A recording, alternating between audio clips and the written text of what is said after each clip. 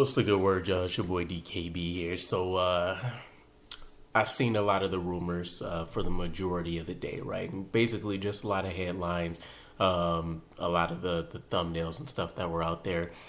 Didn't want to consume any of the stuff from, the top guys until I got a chance to actually read the article myself. Finally got a chance to read it in full. And depressing is definitely the word, right? Now, from a fan's perspective, the worst part about being a New York Jet has definitely been missing the playoffs.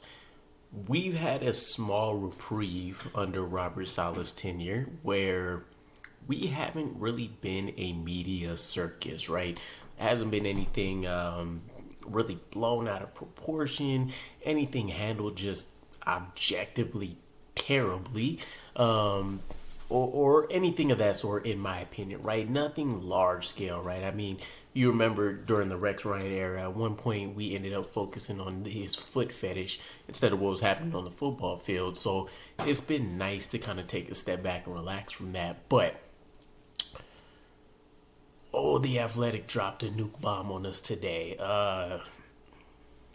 Circus is definitely the right word, right? The dysfunction, the level of ineptitude at every level of leadership, right? And I think we've touched on this. Pretty much everybody has at various points, but we tried to pinpoint a singular person. And what this article really ended up enlightening me with is the fact that it's clear. It really is the same old Jets. It's from top down. I don't know if you could find an elite pair in terms of finding a new GM and head coach and still see them successful, right? I know a lot of us took a look at the head coaching cycle this offseason and we all had our own what ifs. What if we would have got rid of Robert Saleh and said, hey, bring me Harbaugh?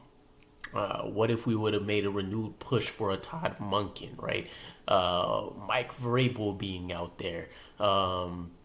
Ben Johnson from the Lions, right? There's a number of names, right? And those are just some of the premier highlighted ones, excluding Todd Monken. He's just always a personal favorite of mine right now. But you can definitely step back, take a look at this offseason and say there was room for improvement just from a historical level of data in terms of improving the head coach position. We decided to stand pat. This article drops, and I'm frustrated by it all. Right, this is this is the times where it's extremely painful, not just depressing, but literally painful to be a Jets fan. It makes me want to hide every piece of Jet gear from, memorabilia, jerseys I have signed, all that kind of stuff, just smooth off the face of the earth, right? So let's dive into some of the main points here, right, that I took away from the article. For number one, the Jets were too and over-occupied with Aaron Rodgers. A few people have said this, but I think this article really hit it on the nail. Aaron Rodgers was looked at as our complete and utter savior, right? At this point, people might as well have tatted Rodgers on their face. They might as well have built a statue for him, a little prayer altar.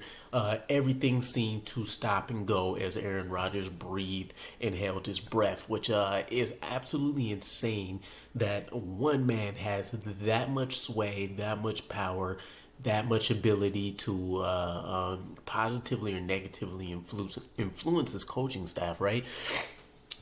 It reminds me of the article where he was rated the number one most influential player in the NFL. And if you took a look at his, I can't even say really tenure with the Jets because we haven't really seen anything from him, but his time with the Jets would definitely make you think that was 100% the case, right? Because I can't imagine that Patrick Mahomes, Lamar Jackson, CJ Stroud, right? People always love the new and most recent relevant stuff.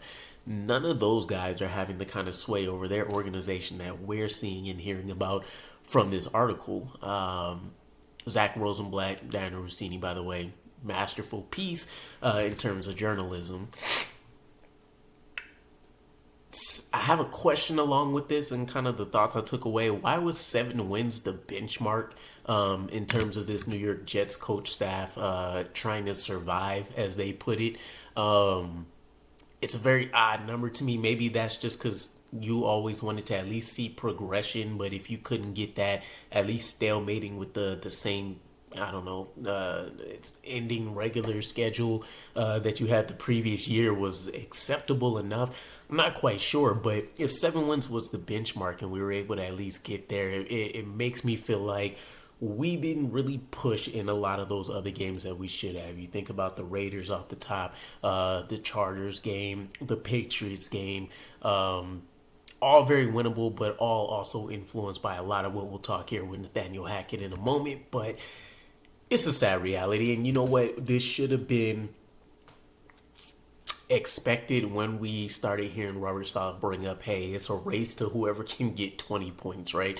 Not a miracle by any means in this given day and age. I mean, even if you didn't have an elite passing attack and you had an elite rushing attack, think the New Orleans Saints having, 17 touchdowns with their running back last year, and their name's escaping me, but I want to say Jamison Williams. That's so far off. But either way, I know he went to the Saints now. But or excuse me, his time with the Lions. But he ended up going to the Saints. Nonetheless, though, 7 wins is sad that that's the benchmark we were hoping for, and the fact that Woody Johnson signed off on that being allowed as an acceptable thing. And then the craziest piece of this whole article, I thought this was just kind of when I first heard all of the rumors and was seeing the headlines, I thought this was a hit piece, and it turned out to be anything but. This was really just, I imagine it went like this. I thought it was a hit piece, but realistically, I feel like Zach Rosenblatt, Daniel Russini, they went in and said, hey, this was a season that went from, 100 miles per hour to, reverse. What happened? They objectively just want to go in and kind of see, really what was the fallout, what was the impact, what was kind of the thought process, right? Get to the root cause. And it turned out to be so much more than that. You had 30 sources frustrated enough to essentially sink the New York Jets. I don't think any other organization is dealing with this same level of chaos where I'm trying to think about the number in my head, and I meant to look this up before I did this video, but ended up being late with kids going down and all that. 30 people. I would imagine that's essentially equivalent to like the entire scouting department, maybe at least the majority of the front office, all of the important coaching staff people, probably, I don't know, transaction coordinators in terms of dealing with contracts and stuff. Like, it is a very significant number of people that contributed to showing us how bad things fell off the rails for us. So let's actually get into some of the call outs here, right? Let's start with one of the main fall guys here, Nathaniel Hackett's utter failure as a coach. So as expected, I've kind of highlighted this. Plenty of other people have highlighted this.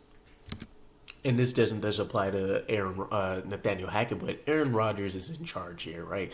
That is it's known more now than ever. He's the man in charge. Things run through him in this Jets organization. Hackett basically is just operating as a yes man for Aaron Rodgers whenever he's not physically available to be present to let the rest know how he envisions things looking, how he expects it to be, right?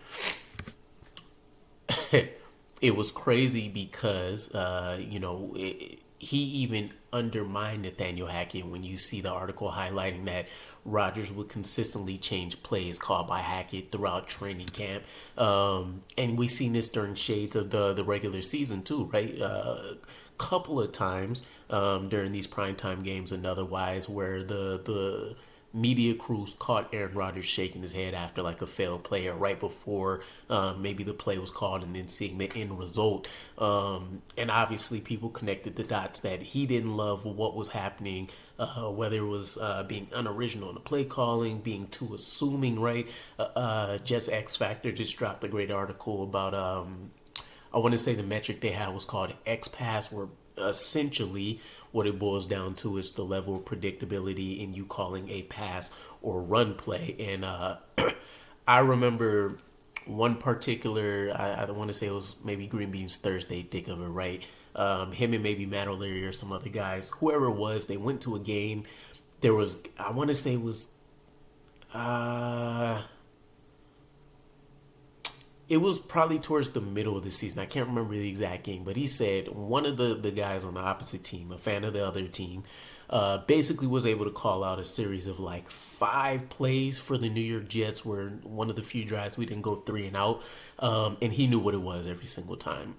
Not exactly like, we're doing this draw play, we're doing this, etc. But he could call, run, pass, run, etc. And he hit it on the nail. You also have the lack of the full coaching staff being included in game planning. Now, this blew my mind, and at this point, I'm starting to assume I shouldn't be surprised by Nathaniel Hackett's ineptitude, because I'm still pissed about the Breece Hall comments that he had during the season, not knowing he was a receiving weapon. But to only include, and I think the article mentioned Keith Carter, because he's the run game coordinator, and then Todd Downing because he's the pass game coordinator. Everybody else was essentially clued in last minute, and what I took away from the article was that really whatever thoughts and opinions they had were implemented into whatever, let's call it the first 15 play script plan, or any adjustments or lack of adjustments, I should say, throughout the course of these games. So why even have anybody else around Nathaniel Hackett, right? Just let it be Aaron Rodgers, and then let it be a bunch of guys that are focused on developing these players. So that's essentially what it felt like, and we completely failed at that as well. Whoever was the anonymous source that called out this being the least amount of practice film during a training camp watched ever, also insane. How do you not go back and check out how things are going? This is, keep in mind, a healthy and a motivated Aaron Rodgers is actually even showing up in the offseason, which was unexpected based on recent history with the Packers. So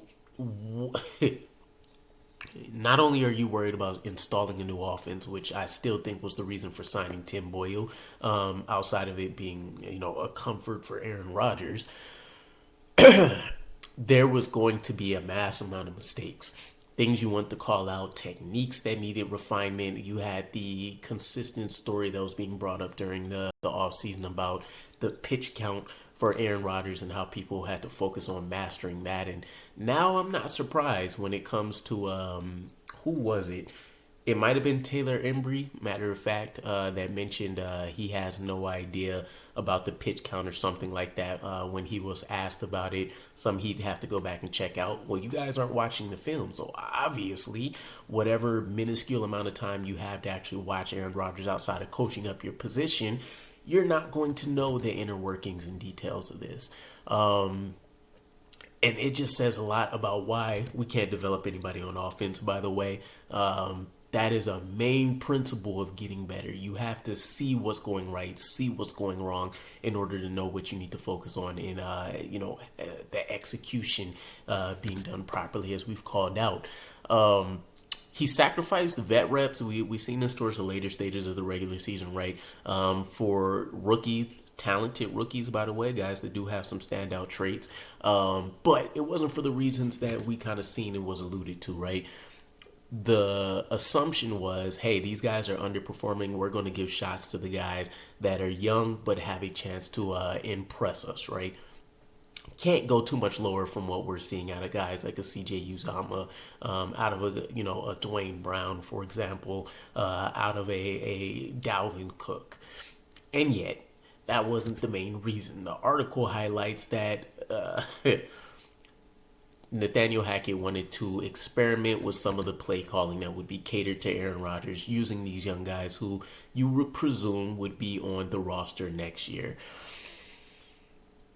Time and a place for everything, right? Once you officially get eliminated, have at it. Do everything you want. But to experiment with play calling, why you're basing it on Aaron Rodgers when you're fighting for your life, trying to get wins with Zach Wilson, with Tim Boyle, with Trevor Siemian. Keep in mind, after very poor performances pretty consistently from all of these guys until Trevor Siemian got a couple of wins under his belt. But keep in mind that first stint that we seen him with, even though he wasn't starting, we got 3 fumbles out of him. Those should be the guys that you're focusing on, not your best friend that you don't really have any worries about coming back immensely, being able to go out there and put together a playbook and make it look great. And then the coaching staff changes, right? This falls a little bit more in the Robert Saleh's bucket, but apparently, I felt good enough heading into the offseason once I kind of heard the comments from Garrett Wilson, him venting, him feeling like the coaching staff and the higher-ups heard him. Changes will be made. They're not going to sit on their laurels and do the status quo, right? We literally just can't have another season like this. Then we get this article, and, granted, this is, I'm sure, months and months and months of kind of piecing all of this stuff together, but the coaching staff changes are to reduce Hackett's role in play calling, which will make sense. You have Sean Jefferson, who's coming over with the assistant head coach experience, who may be able to help take over play calling. You do have your new, very experienced running back coach in Tony Dulles, who could help take on some of those responsibilities. Push come to shove, and ultimately what probably would be best for everybody would be to just let Aaron Rodgers go out there and run his own offense, if that's essentially going to be the way we were looking like we planned on operating in 2023 anyway. So again, what need do we really have for Nathaniel Hackett at this point? And it's starting to make 100% sense why the Broncos said we're not dealing with this for a full season. The Jets apparently, masochist. We love pain. We're gonna, squeeze every coin we can out of our fans, and people are going to keep hoping for next year and loving the draft, right? That is essentially what we're looking at right now. But pointing the next finger to Robert Saleh, what happened to him is really my question, right? If you remember the feel-good feelings, even though his rookie year, poor everywhere, right? Terrible defense, terrible record, terrible offense. I think even the special teams unit that year wasn't so great outside of a handful of games. So it really was just bad all the way around. It was looking like a poor hire right out of the gate. But there was things to be excited about. He had this CEO style kind of mentality, right?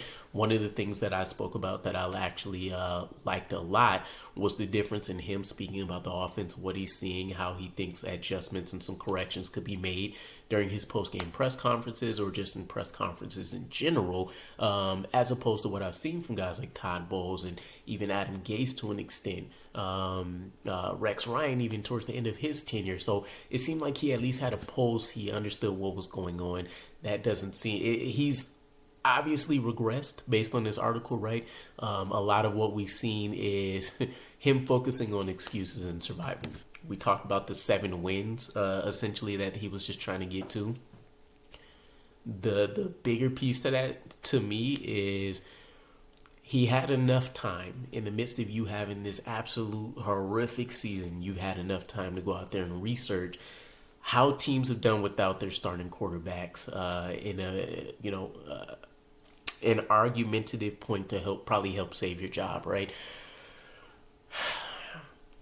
I wouldn't be so mad about that if everything else didn't come into the light with this as well. But why is that your focus? That is kind of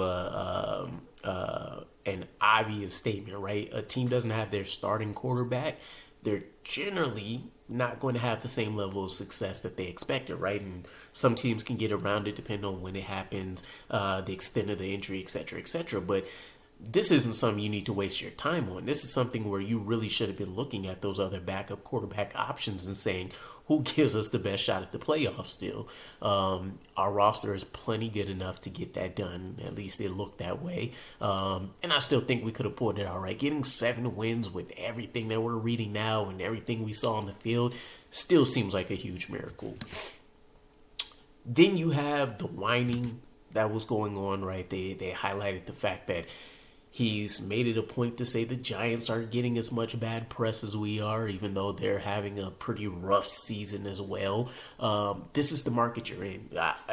At this point, I just don't think anybody really understands what it is to succeed or fail in New York until they actually get there, right? And that's fine. That's all fair, well, and dandy. But obviously, guys are reaching out to you. They're in your hip pocket. They're kind of letting you know how it's going to be to a certain extent. But this isn't a great look, right? To me, wiping the coaching staff sounds greater and greater and greater the more we go. But again, I don't know how you fix this. I really don't. It seemed like he had a good handle on things, everything from leaks to handling the roster, not having huge fallouts, chips in the armor, people pointing fingers at each other, at least in the media, et cetera, et cetera. Now, all of this stuff is starting to come out. Speaking of leaks, and I didn't see this in the article, but I've seen a few different people report that Taylor Ombre, the actual running back or former running back coach for us, was a source of a lot of these leaks as well, but none bigger than the Zach Wilson drama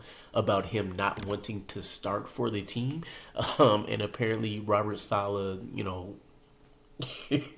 turned terrorist for a moment and, pulled everybody into a meeting, demanded that the person leaking stuff step forward, was going to confiscate cell phones and attempt to investigate and find out who the person was. And these just aren't things that you need to hear about or even be worried about, right? We are all still thinking that everybody's doing their job. Maybe it's just a poor job being done, but that they're doing their job. Nobody's focusing on this, additional nonsense. That's essentially what it is, right? None of this is worthy of time being spent not trying to get things right on the field. Then you have Joe Douglas. Obviously, the title speaks for itself, right? He's an assistant general manager to Aaron Rodgers, as one of the other AFC GMs apparently called it. And this is something that we spoke about, right? The first free agency before we even officially signed him spoke to it. Again, I kind of wanted to go through the full free agency class again just to make sure, but off the top of my head, I'm pretty sure there's not a single signing that we had last year that didn't have Rodgers' fingerprints all over it, right? Completely catered to them. And a lot of these guys you can make arguments for that there were better players ahead of them to help us be productive. Rodgers had a direct line to Joe Douglas, based, I guess, on previous experience where, Brian Gutekunst from the Packers kind of dismissed whatever thoughts and opinions that Aaron Rodgers shared. The Jets decided to do the complete opposite, give Rodgers full and complete access. And obviously he's not a GM, so Rodgers wouldn't know what looks best. We've even gone on to see examples of head coaches that don't make good GMs, even though they've had multiple years of elite success in the league. So if Joe Douglas has had measured levels of success without Aaron Rodgers' input, go back to doing your job, sir. At this point, it doesn't surprise me why our assistant GM, Rex Hogan, left, because Joe Douglas has taken your job, right? Instead of Joe Douglas being the GM, we have Aaron Rodgers, wearing his wearing his best tuxedo outfit and calling the shots around here. It makes me worried for this offseason, if nothing else, right? Because for one, Rex Hogan's job is incomplete. We still have months before the draft kicks off. And he essentially oversaw our pro and college scouting. So I'm sure somebody steps into his place. Maybe Joe Douglas takes on more responsibilities, or I don't know, actually does that particular job, since that kind of seems like it's what he's been doing since Rodgers has been here anyways. But a lot of this stuff is starting to make a whole lot more sense in terms of how these things are falling out, people that are leaving. You can even make a case that Mike LaFleur probably got out early when he started to see things falling apart, right? The leaks, maybe the inaccurate sources about him and his connection to Zach Wilson and all of these other things. And then, of course, you're starting to have some of the information come out about cracks in the actual roster, right? The chemistry not being 100%. And this was something that we've called out before, but the defense, we know, did a tremendous job holding things together. But we did start to see some things fall apart, and apparently, surprise, surprise, it was the multiple inept offensive performances, and then specifically some of the most underperforming players on the roster speaking up about how things aren't going well, and Alan Lazard was the one highlighted, and I don't remember the game, maybe it was a Patriot one or something, but basically where he called out we were out-coached, out-efforted. And then to round it all off, our favorite QB, Zach Wilson, quit on the Jets as part of that drama that we talked about. But there was an interesting bit about him feeling abandoned, I guess, by Rodgers during rehab. And at first when I heard this, I just thought, this is, again, some of that immaturity, that crybaby kind of mentality that a lot of us feels he has. But then I kind of stepped back from it and I thought, okay, you bring Rodgers in to mentor this guy. You still expect him to be the future of the franchise, which is great. He'll have this reset year, maybe 2 years, come back. He'll compete. Maybe he can turn into that star we still expected him to be. Then Aaron Rodgers gets injured, and it makes sense that he would go off to handle his rehab. But, why would the guy you expect to be mentoring your quarterback of the future still in your eyes not have a direct source of communication? So the only time you guys are talking is whenever you can during practice, is when you aren't focused on your own job, which to Rodgers' credit, he was very hands-on with. But then once that's done, because you tear your ACL, everything else is, shot. Zach Wilson essentially is on his own. He's back to having all this criticism, not only from within the organization, but everybody outside. And we've seen how crazy, some of our fans have treated him this year, which, trying to hit him with a water bottle. I think he actually did, verbally assaulting and getting into it with his mom on social media and all of this crazy stuff. So at this point, I can officially say, not only am I embarrassed to be a fan, I'm embarrassed to represent a lot of this organization in any kind of capacity, but for your guys, this side of things, let me know ultimately what you thought about the article, what you took away, and maybe your confidence level, right? If it's me, I have so little confidence in things right now. Regardless of what happens next year, we could win a Super Bowl until we clear house. And probably until Woody Johnson is actually gone, because he seems like he's had a pretty heavy influence in this as well, as always. I think there's going to be huge question marks for me about every single thing that we're doing. But we'll see. Same old Jets for now. Same old circus. Just been repurposed and updated. But again, let me know what you guys think, and I'll catch you again. Peace.